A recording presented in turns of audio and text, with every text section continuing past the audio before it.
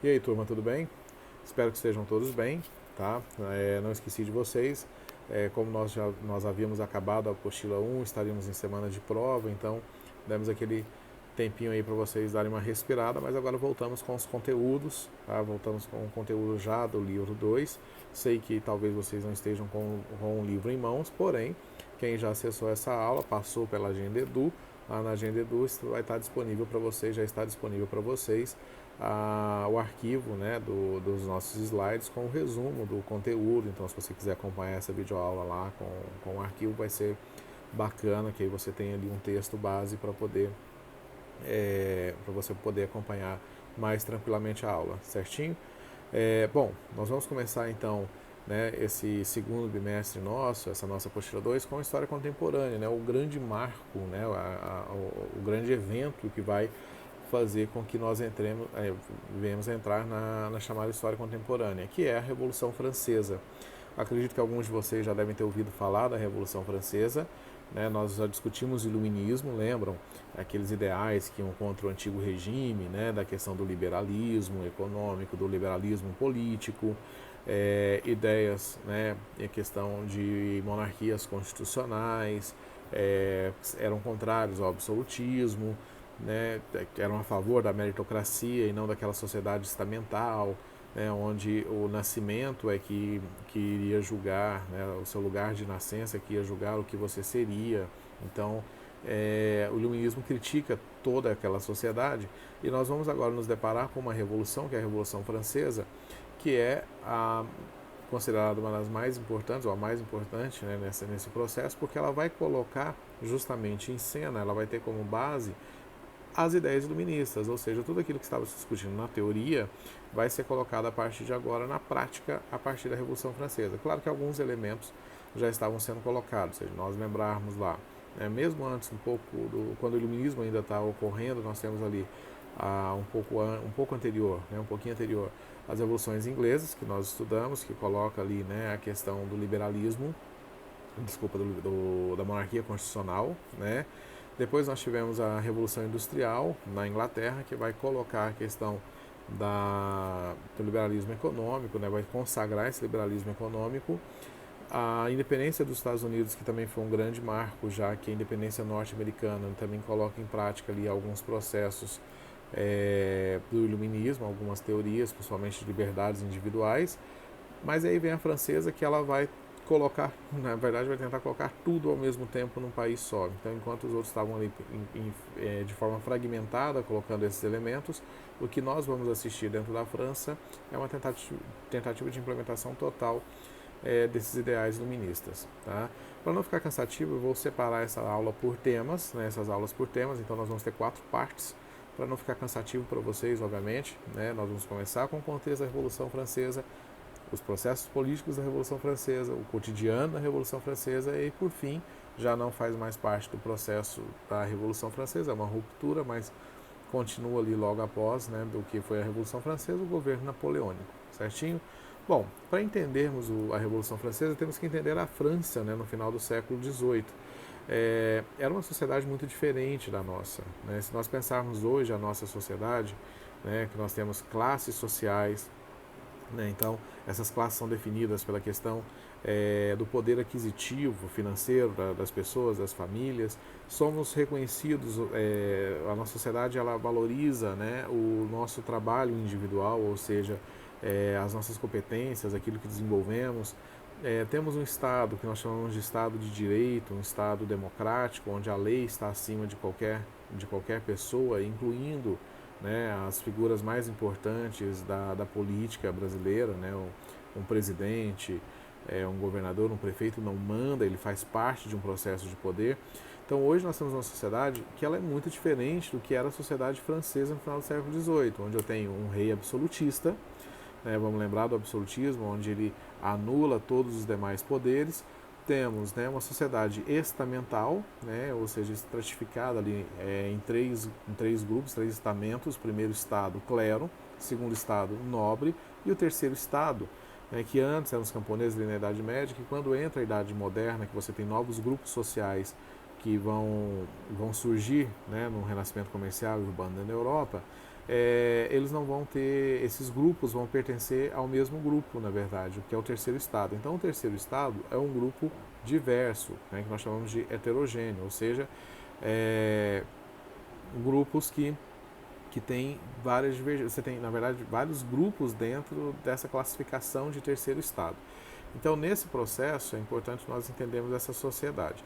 E a economia também que era controlada pelo Estado. Então, o Estado determinava a questão de preço de produtos, produção, né? Então, não é uma economia como a de hoje. Então, estão conseguindo compreender as diferenças que nós tínhamos ali do século XVIII, da Revolução Francesa, e que nós temos hoje? Isso é importante para vocês entenderem o que aconteceu dentro da França, tá? Bom, só para vocês terem uma ideia, no final do século XVIII, ela tinha a população francesa era de quase 25 milhões de pessoas, né, dentro dessa divisão dos três grupos, a gente chama de estamental, três estados, né, estados, na verdade, aí da questão social. Primeiro estado, volta a repetir, clero, segundo estado, nobre, terceiro estado, povo, vamos assim dizer. Era um grupo muito diverso, muito heterogêneo. Só para vocês terem uma ideia, desses 25 milhões, o primeiro e o segundo estado representavam ali cerca de 3% da população francesa. Ou seja, eu tinha 97% da população francesa trabalhando para sustentar 3%. Então, obviamente, eu tinha uma diferença, um fosso social imenso, e eu tinha um desequilíbrio também muito grande, porque, só para vocês terem uma ideia, nessa sociedade estamental, hoje, por exemplo, todos pagam impostos. Né? Claro que a gente pode discutir que alguns pagam mais, outros menos, mas os impostos eles são comuns a toda a população brasileira, por exemplo. Lá na França pré-revolucionária do século XVIII, o primeiro e o segundo estado não pagam impostos. Então, olha para você ver que legal, né? Eu sou sustentado pelos impostos, meu sustento vem dos impostos e eu não pago um centavo dele. Quem paga é esses 97% que sustentam essa classe, esses 3%, que gastam sem fazer, sem fazer conta, porque, obviamente, eles vão achar que tem muito dinheiro. Então, por exemplo, nos reinos absolutistas, um dos grandes problemas é que as contas pessoais do rei se misturavam, da família real, se misturavam com as contas do Estado. Né? Hoje não é assim, os políticos têm os seus salários justamente para você não ter uma diferenciação. E olha que nós discutimos hoje essa questão de gastos, hein? Porque há uma discussão sobre os excessos que os nossos políticos têm de benefícios, né? E oneram muito o Estado, né? Ou seja, geram muitas despesas para o nosso Estado. Bom, então, esse primeiro e segundo estado não paga impostos, só recebe, e esse modelo ele vai criar um fosso social cada vez maior, ou seja, um distanciamento entre o primeiro e o segundo estado e o terceiro estado. E era assim, toda crise do estado, o estado gastava sem fazer conta, e toda vez que ele precisava de mais dinheiro, adivinha o que ele fazia? Aumentava os impostos do terceiro estado. Então, para vocês verem aí como a situação era complicadíssima para os membros, né, os chamados assim, membros do terceiro estado. Tá? A população, as condições de vida das pessoas eram precárias, que viviam nesse terceiro estado. A maior parte da população francesa era miserável, né, nem pobre, ou seja, pessoas que dependiam do trabalho no campo, muitas vezes trabalhavam em troca de alimento, abrigo e moradia, você não tinha uma concepção de trabalho assalariado. Então, havia um número muito grande de pessoas desempregadas. Por quê? Porque houve uma reforma, na verdade, conforme a França foi se industrializando, né? Muita gente foi saindo do campo, e também os campos foram formando ali latifúndios, ou seja, grandes propriedades rurais, não permitiram mais o camponês ter acesso à terra. Esse camponês vai parar na cidade e vai formar ali uma grande massa de desempregados dentro das cidades francesas, que não vai ter emprego para todo mundo, né? E com isso o custo de vida vai aumentar, o preço do aluguel aumenta de forma excessiva, e aí a população vai começar a ter crise de moradia e crise de fome também. Então a maior parte da população francesa ela passa necessidade. Dentro desse terceiro estado há um grupo que economicamente ele é rico, que é a burguesia. Né? Mas ela também é prejudicada porque os impostos recaem sobre ela. Né? Então, ela paga muito imposto e não tem benefícios do Estado. Mas ela mantém pelo menos uma condição de vida melhor do que boa parte dos franceses. Mas claro que ela é, entre aspas, injustiçada no processo de formação do Estado, uma vez que ela que ela só paga impostos, né, e obviamente ela vai pagar muita tributação para sustentar dois grupos sociais, que é o clero e a nobreza, o primeiro e o segundo estado, que nada, não contribuem muito, aliás, não tem uma contribuição efetiva na questão da economia do estado, certo? Bom, durante os séculos XVI e XVII, você teve a economia francesa, ela teve um crescimento considerável, mas isso mudou no século XVIII. Por quê? Algumas questões não só políticas, né, porque passa também pela política da falta de gestão, de administração, de competência para administrar, mas houve um outro problema também, que foram questões climáticas que afetaram a produção agrícola francesa. Então isso gerou uma falta de alimentos, isso obviamente faz com que o preço do alimento dispare, que se torne escasso dentro da França. Então isso, né, gerou impactos negativos para a França, essa questão de safras ruins devido a um desequilíbrio ambiental que nós tivemos na França no século XVIII. E só que qual é o problema, né, quando a gente fala que é uma questão política? Porque o rei, ele não vai olhar dessa forma, né? Ele não vai achar que essas alterações, essas safras ruins vão impactar a sociedade.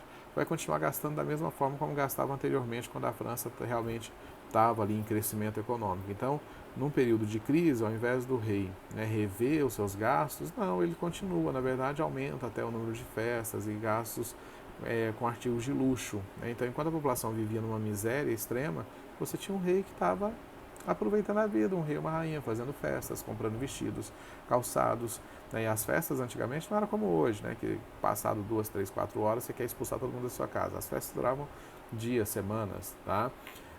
Outra questão também que vai prejudicar a economia da França, vamos lá, a França está ruim, o cenário da economia francesa está em crise, safras ruins, população com fome. O que a França faz? Vai ajudar os Estados Unidos na sua independência contra a Inglaterra. A pergunta é por quê? Eles eram amiguinhos? Não, porque na verdade os Estados Unidos briga contra a Inglaterra, do qual a França é uma inimiga histórica da Inglaterra, e aproveita a briga lá na América para entrar no meio, para poder derrubar, entre aspas, um inimigo que era a Inglaterra, né? Claro que participar de uma guerra você gera custos, né? Então eles vão mandar dinheiro que não tem, adivinha de onde vai sair esse dinheiro? Justamente da população do terceiro estado, né? Vão mandar esse dinheiro para lá, vão mandar também tropas de soldados, enfim, eles vão fazer, né, uma política inconsequente, né, de não perceber que isso vai afetar, obviamente, o seu país. Bom, isso tudo gerou uma crise imensa no final do século XVIII, e aí você pensa, o que nós vamos fazer? A solução, vamos aumentar os impostos do terceiro estado, certo? É a solução que eles vão, obviamente, que eles vão sempre pensar, né? Mas alguém sensato ali dentro vai dizer, olha, peraí, nós já aumentamos muito os impostos do terceiro estado, ele está saturado de tantos impostos, não seria talvez a hora do primeiro e segundo estado pagar também tributos para que nós possamos ser mais justos e evitar uma revolta, porque a população já estava, obviamente, muito irritada com o governo. O rei, na sua indecisão, não querendo gerar ali atritos com o primeiro e segundo estado, o que ele vai fazer? Ele vai convocar um órgão chamado Estados Gerais, que há 170 anos não era chamado dentro da França, para resolver a situação. Isso foi uma indicação do ministro dele ligado à economia, que vai dizer o seguinte, olha, eu acho melhor você cobrar tributos do primeiro e segundo estado. O rei é contrário a isso, mas ele quer dizer que ele vai ouvir a população, então ele vai convocar os Estados Gerais. O que são os Estados Gerais? É uma assembleia, né, onde você vai ter representantes de cada setor social. Então você vai ter representantes do primeiro estado, que é o clero, representantes do segundo estado, que são os nobres, representantes do terceiro estado, né, que é o povo, são esses vários grupos que compõem o terceiro estado. Eles vão se reunir, né, nessa assembleia, só que aí existe um problema. Tradicionalmente, a tradição da assembleia era cada setor social ter direito a um voto. Então, por exemplo, o clero tem direito a um voto dentro da assembleia, o nobre a outro voto e o terceiro estado a outro voto. Tá, qual é o problema disso, né? Porque aí fica 2-1 sempre, né, para ver quem é que vai ganhar ali, o que eles vão discutir. A pauta principal era se o primeiro e o segundo estado iria pagar impostos ou não. Bom, vamos lá, se você fosse do primeiro e segundo estado, você ia querer pagar imposto, né? Se eu tenho o poder de decidir não pagar, obviamente que eu não vou querer pagar, certo? E aí você tem, pessoal, mas é democrático, cada estamento tem um voto. Não, não, vamos lembrar do que eu falei lá anteriormente. O primeiro e o segundo estado representa 3% da população, ou seja, 97% da população francesa vai ter direito a um voto só. Então a grande briga era justamente essa. Inclusive quem estava ali liderando a economia francesa vai dizer, olha, o voto ele tem que ser por cabeça, ele tem que ser proporcional. O que isso quer dizer? Per capita, né? Quer dizer o quê? Tem que ser proporcional ao número de pessoas. Isso quer dizer o que então? Que você não tem um voto por estamento, mas o voto seria por indivíduos que compõem os estados gerais. Mas é claro que o primeiro e o segundo estado não vai aceitar, vai dizer não, não, não, não, não, não, não. Nós queremos o tradicional voto por estado, cada um com direito a um voto. Por quê? Porque eles venceriam. Claro que o primeiro e o segundo estado vão votar contra a medida que vai obrigá-los a pagar impostos, eles não querem, né? Então, nesse impasse na Assembleia, e o rei também vai tomar algumas medidas, né, para que isso não possa acontecer. Por exemplo, vai haver a proibição de alguns membros do terceiro estado nessa Assembleia. Então, imagina você, representante do terceiro estado, vai lá na Assembleia, de repente, não, não, não, você não pode participar. Então, isso ficou nítido que o rei queria que o pagamento, o aumento dos tributos e o pagamento dos tributos recaísse sobre quem? Sobre o terceiro estado. Quando percebem essa jogada do governo, o que eles fazem? O terceiro estado, parte dele resolve não entrar na Assembleia. Fala, não, não, não vamos entrar, porque sabemos que vai acontecer lá dentro, vai continuar a mesma coisa e nós não queremos isso. Uma situação de miséria, de calamidade. Então, o terceiro estado todo estava irritado, né? A burguesia, que apesar de manter ali uma riqueza econômica, é injusto, porque só ela pagava tributos e os outros não, né? Os primeiro e segundo estado. Aos demais grupos do terceiro estado nem se fala, uma situação caótica, de miséria, falta de emprego, de tudo. Então, quer dizer, estava todo mundo revoltado, muito revoltado com as atitudes do rei e do primeiro e segundo estado. Resultado disso, eles não entram, parte do terceiro estado não entra, resolvem eles mesmos fazer uma assembleia nacional, ou seja, eles vão discutir os problemas reais da França e não participar da farsa que está acontecendo ali dentro dos estados gerais. E essa assembleia, ela vai se tornar mais tarde, ela vai ser tão poderosa, vai envolver tantos grupos sociais, porque eles vão anular os estados gerais, ninguém nem vai querer ouvir o que eles vão ter a dizer, porque sabem qual é o resultado, é a favor do rei, né, essa ideia de somente o primeiro e o segundo estado pagar tributos, que eles vão transformar em julho essa Assembleia de 1789, essa Assembleia Nacional, ela vai se transformar numa Assembleia Nacional Constituinte, ou seja, esse grupo ganha tanto poder, tanta força, que eles vão agora formular uma Constituição nova para a França, ou seja, retirar o poder absoluto do rei e criar um parlamento, que essa Assembleia Nacional vai servir nesse momento como parlamento, onde as leis, as resoluções de Estado vão ser feitas a partir dela. Então eles vão tentar anular esse poder absolutista do Luís XVI, que era então rei da França. Bom, apesar do rei ter aceitado, né, a adoção de uma monarquia constitucional nesse primeiro passo do processo revolucionário, algumas questões ainda permaneceram. Né? Ele tinha alguns privilégios aristocráticos, né? Alguns privilégios da nobreza continuaram, assim como da igreja também.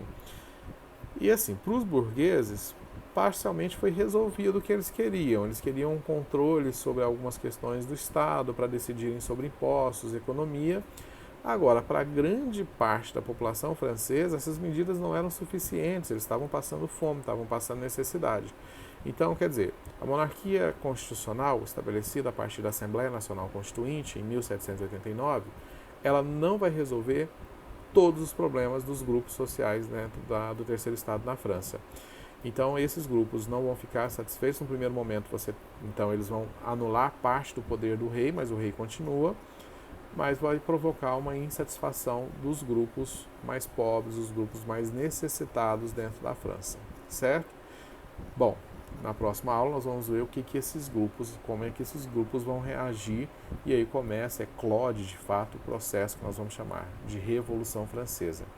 Espero que vocês tenham entendido esse contexto, só recapitulando rapidinho. Então, eu tenho uma França que vinha de um crescimento econômico, século XVI e XVII, vai passar por problemas econômicos a partir do século XVIII. O rei não vai entender essa crise econômica, né? Os gastos continuam altos do governo francês. Para piorar a situação, você tem safras ruins dentro da França no século XVIII, que provoca crise de abastecimento e, obviamente, vai provocar fome, né? Você tem êxodo rural devido à questão das terras, né? Da formação dos latifúndios e expulsão dos camponeses das terras dentro da França, provocando uma massa de desempregados e pessoas miseráveis dentro das cidades francesas. O governo francês gasta com coisas, com luxos, né? E todo luxo é desnecessário. E para piorar a situação, vai enviar tropas, armamentos e recursos financeiros para os Estados Unidos para ajudar numa guerra que não é deles contra a Inglaterra, não era da França. E aí, quando ele percebe que o Estado francês está falido, a solução é aumentar os impostos daqueles que não têm, né? Só que, como isso seria muito complicado, ele convoca os Estados Gerais, e esses Estados Gerais vão tentar dar um golpe no terceiro Estado de novo, e o terceiro Estado dessa vez não aceita, forma a Assembleia Nacional Constituinte. Recapitulando, é isso. Tá? Qualquer dúvida que vocês tiverem, podem me procurar para que eu possa tirar as dúvidas de vocês. Essa é a primeira parte da nossa aula e do nosso capítulo, da nossa unidade 3, tema 1, certinho? Abração para vocês, fiquem em casa nesse momento, tá? Tome as medidas preventivas para que nós possamos aí sair dessa o quanto antes. Abração para vocês, depois eu volto com o tema 2.